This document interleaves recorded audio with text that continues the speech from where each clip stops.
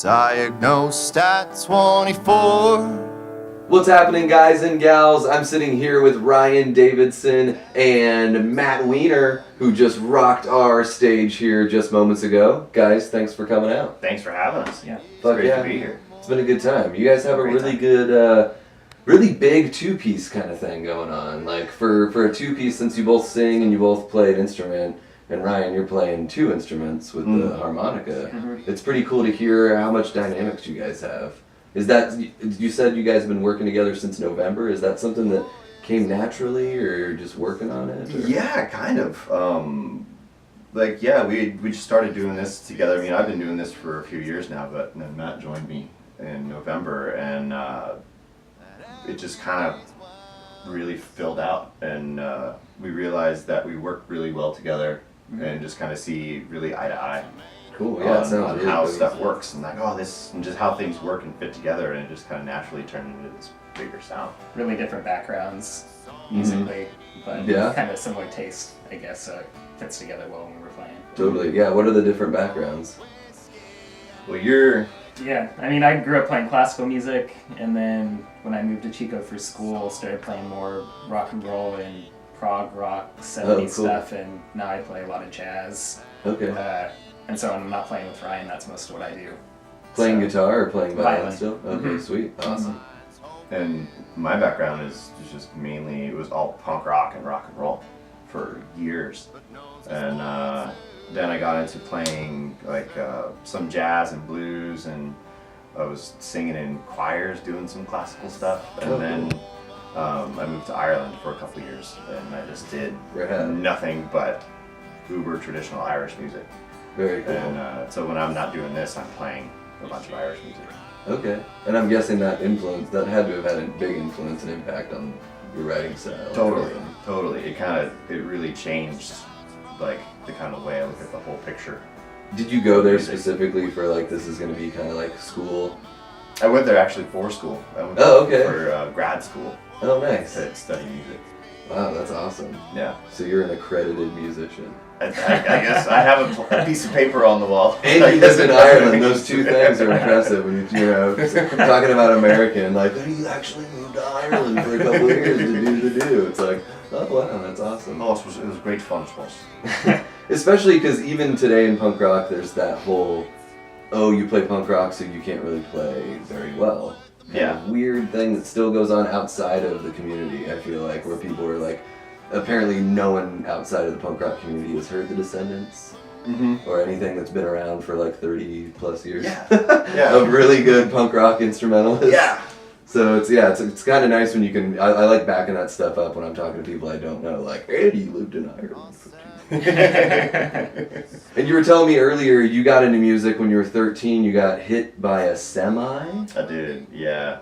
I was just out riding my bike one day after school. In Chico? Is that? In Chico, yeah, up in Northern California. It's a like an agricultural town, as a lot of Northern California is, and it was harvest, and I was riding alongside one of the harvest trucks, and he didn't look in his mirror, and he turned, and I went underneath him, and he ran me over twice, and then dragged me, and then stopped on top of me, and then like. Just had a bunch of surgeries and couldn't really do much after that because my legs were just taco. And so I just hung out and just was like, Mom, I want to learn how to play music. That's a good. You could have just picked up like a Game Boy or something. Totally. Yeah, that's awesome to do something creative with. I think I did spend a lot of time playing, Metroid and Metroid's great. Contra and stuff like that. Those good old classic games. Yeah, that's what's up. And then I just got into music and just kind of kept rolling with it. Like, would kind of venture into doing different things, like in life, but it always came back to music. Cool. And so I just kind of realized, well, this is where I need to be. Yeah. And this is what I need to do. So this is what I'm doing. Yeah, and it sounds like you're doing it great. You're on the road right now. You said you're touring through the fall. Yeah. A little bit through August, September. And you said you're also thinking about, you're interested in maybe going into the studio to release something next year. Yeah, I was just thinking about it actually on this trip, and I were talking about it in the van. And it was like, I think it's time to just put out like like a 7-inch or something like that. Yeah. And just kind of see what comes of it. I mean, I'm still in this tour cycle for the record I released last year, and doing writing and stuff. But I was like, I might just put out a little something, a little teaser taste, Yeah. flavor sampler. Well, it's important, with social media and everything. It's almost at the point where if you put out like an EP every 6 months, that's the way to stay on people's minds and always be kind of Totally. pushing something new and pecking people like, hey, I'm still here. Yep, totally. Yeah, which is awesome too. I mean, it's like when we were growing up, it was that whole like 3 years between records thing. But now it's like you can just, if you want to put out a single, you can just do that. Yeah, you can just keep banging stuff out. Hell yeah. And so much of everything is digital these days anyway. Yeah. You can just release everything digitally. And Everybody has their own recording studio if they have a Mac. totally. So Matt, are you going to be doing on the road this fall as well, or is that something else that you're doing, Ryan? I am not going to be. Yeah, at least for August, September, you're not. Yeah. Maybe October. We'll see what Maybe happens. October. Yeah, November. hopefully. But I have another fiddle player I play with, a girl named Jessie Nieves, who she actually played on the record and sang on the record. But she lives in Montana. Oh, okay. And so I'll drive out and pick her up. And then tour around all Colorado, Montana, Utah, and Idaho. Very nice. Get that country crowd. Get that country crowd, man. They'll love it. They'll love it for sure. Well, thank you guys both for stopping by again. It was rad having you. Thanks for sharing a little bit of your story.